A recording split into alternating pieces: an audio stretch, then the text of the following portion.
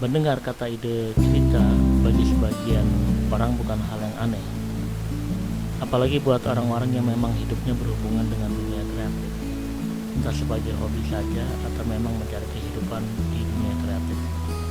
Tapi sebenarnya sih, kalau bicara masalah ide, semua hal yang berhubungan dengan kegiatan yang ada di dunia ini pasti membutuhkan ide. Ide untuk maksud dan tujuan masing-masing ya. Sepenting itukah sebuah ide dalam kehidupan kita? Jawabannya sangat penting. Apalagi buat kita yang mengaku akan menjadi penulis skenario.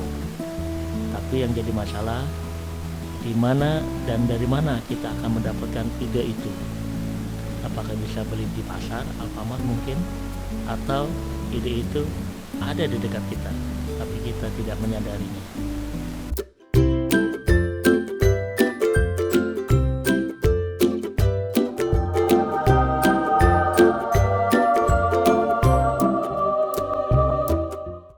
Assalamualaikum warahmatullahi wabarakatuh.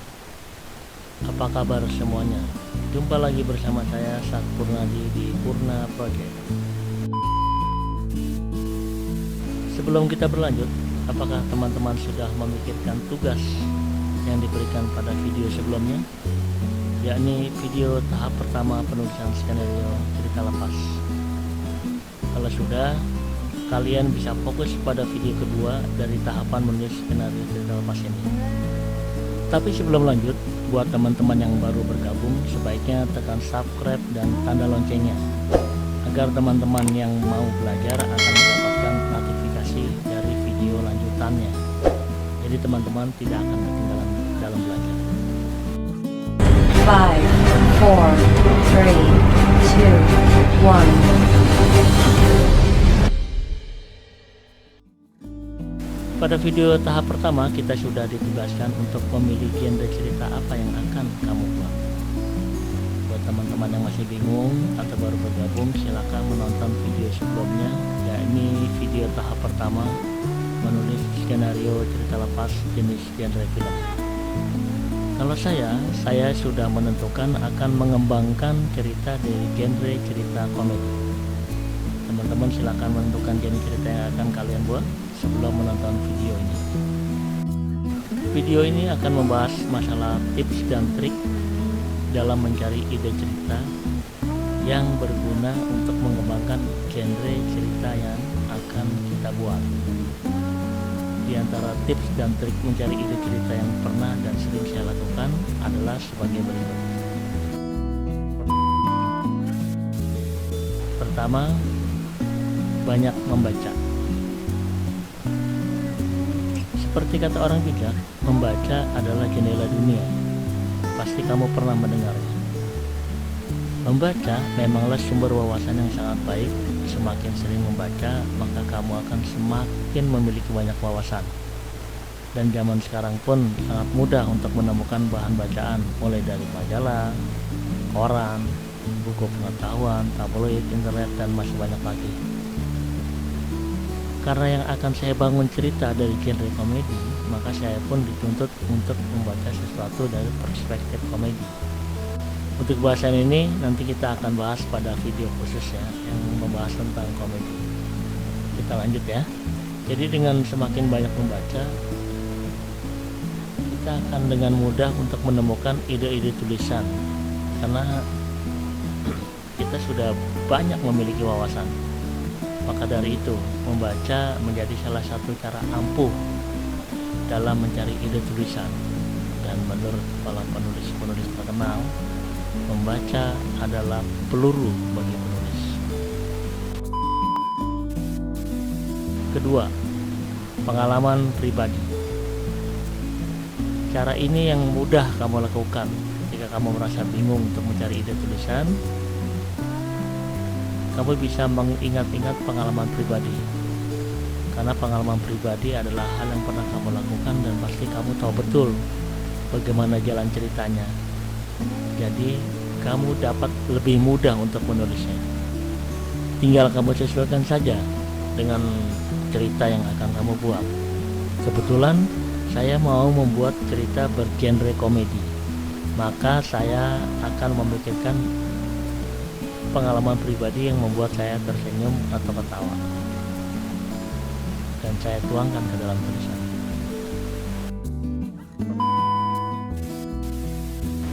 Ketiga, berkunjung ke tempat keramaian.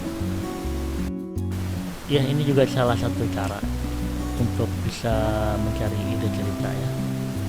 Kita bisa berkunjung ke mall, stasiun, atau tempat-tempat lain yang banyak keramaian orang.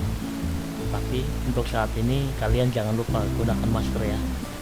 Dengan kita berkunjung di tempat keramaian, kita bisa mengamati orang-orang yang ada di sekitar kita. Pasti salah satu atau mungkin salah dua ya, ada yang menarik perhatian. Mungkin kamu lihat ada seorang kakek yang mencoba makan gorengan dengan sangat susah payah karena sudah tidak bergigi, atau ada seorang perempuan muda yang duduk sendirian dengan wajah sedih. Dari pengamatan yang kamu lakukan ini bisa memancing ide-ide baru yang akan kamu temui. Begitu muncul idenya, jangan dibiarkan begitu saja, langsung tangkap dan catat. Atau biasanya sih kalau saya langsung saya rekam di HP ya, jadi itu lebih simpel. Kenapa kita harus menangkapnya seperti itu?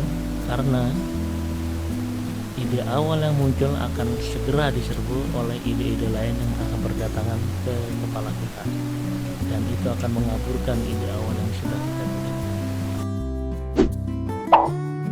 Keempat, menonton video atau film. Ini tips yang paling menyenangkan, menonton sambil menikmati kopi dan gorengan. Kalau kamu jeli saat menonton, kamu bisa menarik ide baru dari tayangan yang kamu tonton. Saya sering melakukan itu, dan salah satunya adalah konsep FTV yang pernah tayang di stasiun TV swasta karena gara-gara menonton satu cuplikan tayangan sinetron di TV. Bahkan pernah saya bikin konsep film karena menonton tayangan film dengan genre lain yang sudah tayang di bioskop, dan kamu juga bisa melakukannya. Kelima, melihat keadaan sekitar.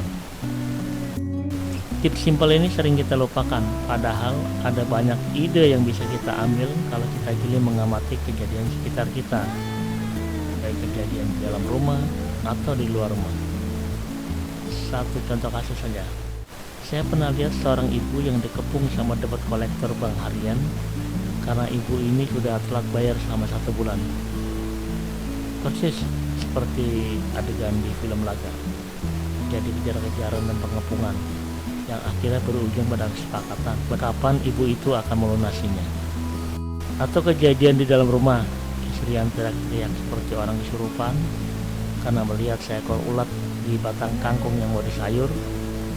Nah, hal-hal kayak gitu semua bisa jadi ide segar yang bisa kita ambil kalau kita bisa jeli melihatnya. Keenam, bertanya pada teman atau orang sekitar. Ini tips terakhir, sebuah tips yang menyenangkan, yakni dengan mengunjungi teman atau ngobrol bareng teman atau sahabat, kamu akan banyak mendapatkan ide cerita. Apalagi kalau dengar teman atau sahabat kita lagi curhat masalah galaunya. Ini ibarat pencari harta karun menemukan gua misterius yang berisikan benda-benda berharga. Tinggal mencoba saja, kamu sudah bisa bawa pulang ke rumah dengan sekarung ide, yaitu curhatan dari teman kamu.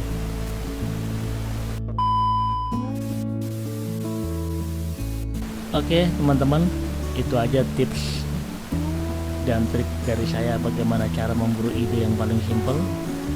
Kalau kalian punya tips memburu ide yang lain, silakan tulis di kolom komentar agar teman-teman kalian yang lain juga bisa membacanya. Oh ya, sebaiknya ide yang akan kalian buat harus disesuaikan dengan genre cerita yang akan kamu kembangkan. Kebetulan saya sudah menentukan genre cerita yang akan saya kembangkan, yaitu genre cerita komedi, dan ini adalah tugas dari video tahapan kedua ini. Apa itu tugasnya? Yakni tulis ide cerita yang akan kamu kembangkan sesuai dengan genre cerita yang ingin kamu kembangkan. Silakan kamu pikirkan tugas yang diberikan pada proses belajar tahap kedua ini. Kalau video ini menurut kamu berguna buat teman-teman kalian juga, silakan like dan share ke media sosial kamu agar teman-teman kamu juga bisa ikutan belajar. Terima kasih sudah menonton video ini dan wassalam.